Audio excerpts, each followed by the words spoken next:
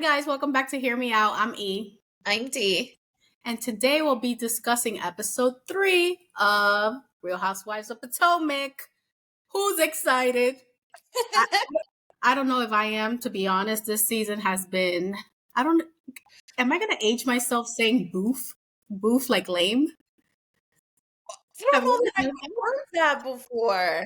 This season is so lame. Um, except pickleball, which is the next episode. I'm not going to spoil that for you guys. So this episode is called Heaven is a Place in Potomac. Dee is going to lead this conversation because she's great at it. Oh, yeah, okay. Listen. Watching this show is not easy, guys. It's really not. Okay, so season 8, episode 3. The shadiest of the shadiest housewarming parties continued in episode 3, where the ladies were gathered at Ashley's new home. Robin continued talking about the intervention or friend intervention that Giselle threw for her, and clearly Robin didn't care for it. Wendy had just thrown major shade at Mia when she asked her why she couldn't uplift her, to which Dr. Osefo told Mia that she was too slow to uplift her. And then also Karen decided to pull Robin inside Ashley's house to resolve their issues. I don't know why. They agreed to cease the drama. Karen ended by saying that she will only speak facts about Robin instead of, discussing the woman that looks like her that she claims had something to do with Juan, right? And I'm pretty sure that we got the drawing back. Anyway, so before the party was over, Wendy invited only Ashley and Karen to her son's first communion in front of the other ladies, clearly excluding them. This was the catalyst for what seems to be a major focus for Wendy, which is her religion this season. Not that it's been like a big thing before on the show. So Candace has still been missing from the group because, of course, she wasn't invited to the housewarming party. She's been focusing on her music career. She did show up on the show to have lunch with Wendy, where they, of course, discussed the events of the housewarming party, because even though she wasn't invited, she wanted to be there in spirit. Despite the handshake only vibes between Karen and Mia, Karen visited Mia at her new apartment. Karen spent most of the episode visiting the ladies and gossiping. While at Mia's house, she explained how Wendy's comment about being slow affected her due to her son's bullying issues at school because of his speech impediment. So we later see Karen and Ashley meet up to shop for yellow dresses to attend Wendy's son's communion. Ashley tells Karen about her misremembering the way the conversation with Nneka went down concerning Wendy being Osu. Ashley later apologized to Wendy for her actions and misrepresenting things to her. So before we end the episode and we go a little bit into this whole Wendy Nneka situation, let's touch on the housewarming party that never seemed to end and all the things that went down there. I don't understand why Nneka and Wendy acted like they didn't know each other. I don't know. This is in the other episode. If the community is small, they obviously know each other. Mm-hmm. So why was she all surprised? And I guess we find out later that there's just this big problem of her coming on the show and using her name and all. I don't understand the beef. She's been there for like 3 minutes. And I was really trying to understand. I'm like, how are they arguing already? And then, I was thinking back at Monique. Monique came in and she was like flaunting all her wealth and how great she was. Mia was flaunting her wealth and her CEO status turned marketing director, turned brand ambassador, kind of thing. So I can see that rubbing the wrong way, I guess. So I was like, oh, I don't like her. She all that. But this, it was just like, it was hardcore. Like, religion? Yeah. I don't understand why that's the focal point here. Wendy has never said, hey, I'm going to church. I don't know what season she came in, maybe 4 or 5. I don't know. Hey, I'm going to church. Hey, I'm Catholic. I think she's Catholic. Hey, I'm this. Hey, blah, blah, blah. Like, that's never been a focal point. So why now? And I don't know. I feel like the housewives, and maybe I'm going too deep into it, are just touching on these topics that are so insightful. I feel like, we're talking about religion and being banned, and potential, other stuff, Yeah. spirits and this and that. We're talking about, racism and colorism and SA, and alluding to that. I'm like, I don't know why Bravo is like permitting these kinds of conversations and these illusions of stuff. I don't like it. I mean, I think that the show has definitely It probably needs to or end. oh, dang, I wasn't gonna go that far, but I think the show has strayed away from what made it so popular.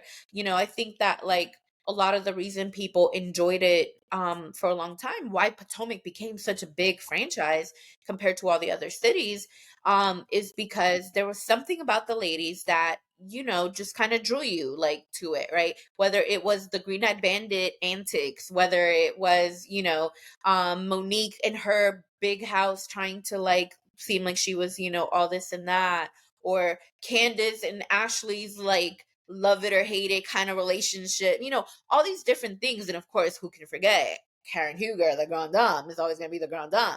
Like there was all these different elements that I think when you put them all together, it was always funny. Even when there would be drama, there would still be like some funny aspects to things. But then, like, I feel like it slowly started to change, and I don't know why. And it's funny you mentioned how, like, all these women came on, like, being boastful of their wealth and all this and that.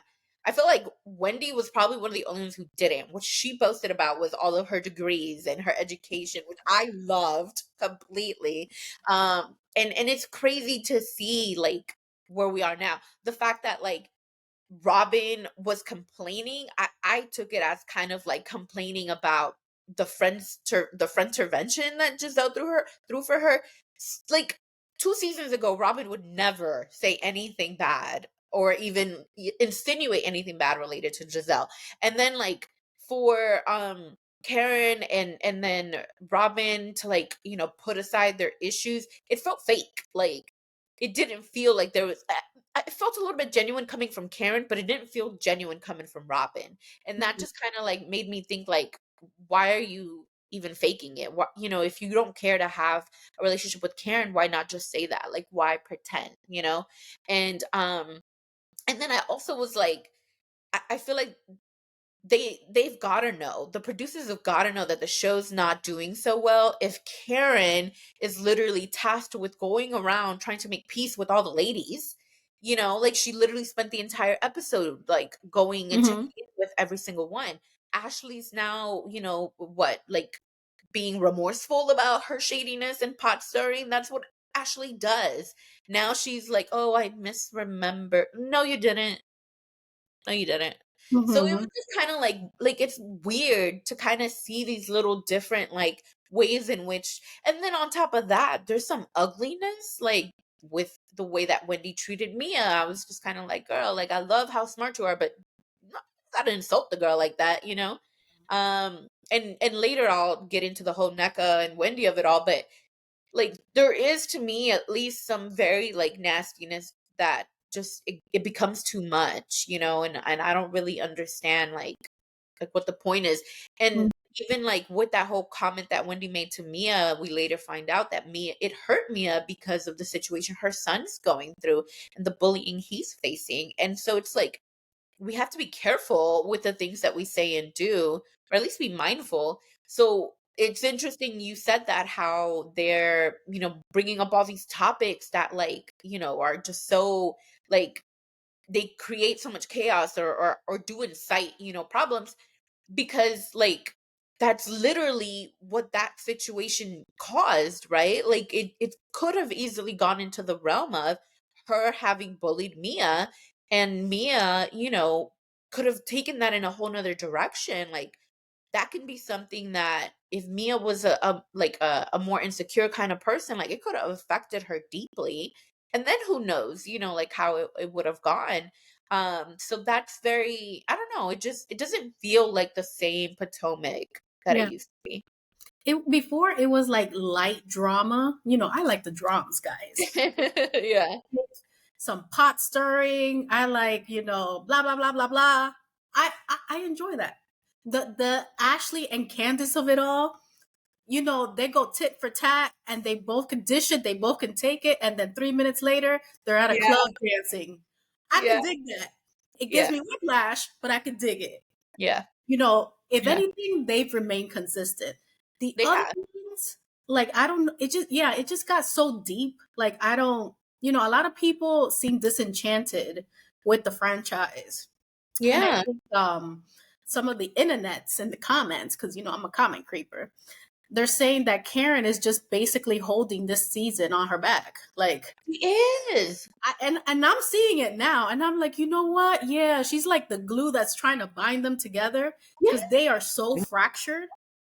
It is crazy. That triple 20, she's making it. She's She's putting it. really holding it down. She's putting the work in at her triple 20 age, like, and I Come on. appreciate her for it.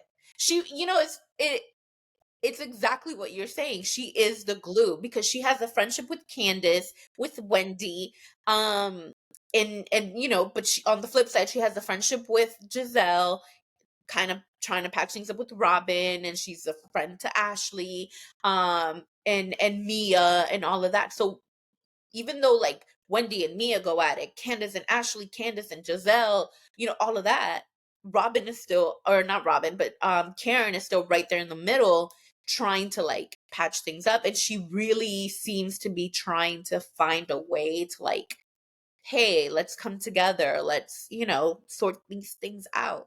Mhm. Is that gonna happen? I don't think so. Because they're all a little much. Yeah, and we've seen like, we're a couple episodes behind, guys. We're trying to catch up here, but we're keeping up with the show. So we've seen like in every episode, she keeps mentioning, well, hopefully you do a better job at uniting the ladies. Let's unite the ladies. Let's Yeah. let's get past this. Maybe you guys will get past it like Yeah. Giselle and I did. Yeah. So, Yeah. I don't know, but if they all patch it up, would that make good TV? I've been thinking about that all day. I still don't have an answer though. I can't with you. Yes, I'm thinking ahead. I'm complaining. So how do we fix it? Now, all of them being friends, I wouldn't like that because that's boring. Like, what are they gonna do? I'm here for the drums, but this drums is too deep. So I don't know. Y'all find something. Let me get to the end of this episode. I can't with you right now. So the episode ends with NECA and Robin meeting up for their first lunch together, their first solo lunch together. And at the lunch, NECA tells Robin that she was surprised by the greeting from Wendy, basically her acting as if that was their first time meeting when it wasn't. She then claimed that for the past 3 weeks, Wendy's family has been aggressive towards her. NECA said that Wendy's sister had been contacting her cousin-in-law, we later learned his name's Lebe, and saying that Wendy was upset that NECA was name dropping her when trying to get into the Real Housewives of Potomac group. She said that NECA was a clout chaser who needed a restraining order. She then proceeded to throw Wendy's mom into the mix. So supposedly, Wendy's mom called NECA's cousin-in-law and said that it's a sin to use other people's names the way NECA did. She said that she has a shrine where she puts people's names whom she prays against. Clearly, this isn't a list that any of us want to be on. And from there, NECA felt convinced that Wendy's mom did some type of witchcraft on her. Quote, this woman put a hex on me, end quote. NECA proclaimed to a very freaked out Robin. Robin then wondered if maybe she was on the hex list too. Maybe that's how Juan ended up in that laundromat, in that hotel room, and in that nail salon. Either way, we now have a full-on witchcraft storyline unfolding this season. That's why there's truly no place like Potomac. So this is all from information gathered online. I believe this was a Yahoo article that provided some of this recap information here that I'm reading to you guys, because it's a lot. And I felt really uncomfortable, if I'm being honest, during that whole scene. I Like, was really uncomfortable. Like, I don't know, like, how do we get here? Because nobody's supposed to be here. If you get the not reference, again. write it in the comments, okay? I don't understand. Like, I don't get it. I don't get it.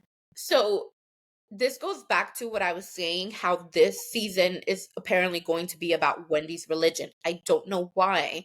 And I don't like that we are 3 episodes in, and in each one there's been something to do with like Wendy, her religion, or something against Wendy. And I believe I said this in prior episodes. It feels like there's a constant thread of Wendy's the villain. Let's hate on Wendy. Why do these people keep coming for Wendy? Like, I don't understand. Listen, Wendy, for the most part, stays in her lane. She doesn't seem to like be a pot stirrer. Does she talk crap in the confessionals? Yeah, but they all do, and she knows very well they're going to be watched later. So it's not like she's, trying to be secretive. But my whole thing is that I feel like she's not problematic to the extent that like there's these storylines being created that just seem to like be really weird. And the crazy part is it's not even on her. They're talking about her mother. And it's just like what? Like, Yeah. I'm Like confused. what is off limits at this point? Because later on we see, or was it this no, I think it's a later episode. You know, people claiming that they feel unsafe about certain things. We got to protect the family, and now I can't talk to you, and don't talk about my mama, leave my husband alone. You can't malign, blah blah blah. Like, at this point, I don't even know. They give me a headache. Oh And yeah. mind you, I know I like the drums. I said it. But this is Exactly. too much. This was very uncomfortable. Even Robin, at that little moment, even though she was like wallowing because Juan did X, Y, and Z, in this little moment, she had a little smirk talking about did Wendy do something to me? First of all, Wendy, this has nothing to do with you. Wendy did not do anything to you. Neither Like, did her. why would you do it like that? You Yeah. know? No, it's that's what I'm saying. Like, it feels so far removed from, do you remember that one episode where the Green Eye Bandits decided to prank Karen with some pizza? I was just thinking of that. That was hilarious. Did she live there? So dumb. So dumb, but hilarious. Like, I feel like all of those things were just so very innocuous compared Yeah. to what they're doing now. Because now it's like, okay, we're 8 seasons in. That means that these people, especially the ones that have been there for a long time, can get into some serious issues in their real world, right? Mm-hmm. Like we've heard Candace mention that there was real world consequences for her husband due to the SA allegations from Giselle that season. There was real life consequences to Juan Dixon based on his own personal issues, but we find out later on in the season, Candace claims some of Robin's comments also made it a bit of an issue. So anyway, Michael, it's like, don't be forgetting him just because we might not oh like him so much. no, Michael friggin' Darby. So, and that's the other thing. It's like they are now in a position where they are known. They may not be these huge big old stars, but they are known. So playing pranks is one thing. Going to these extents, like to accuse someone of SA, to do all of these like crazy things about someone's religion or claiming whatever, like we don't know, we're not Nigerians, so we don't know how their community works, but like, can you imagine you're in that community and someone is like saying some of this stuff against you like that? And Mm-hmm. like, I would assume that's a very negative like thing, for any kind of like community to have to hear on not public, but like national television, um that you're being accused of like witchcraft and hexing people. Like, what?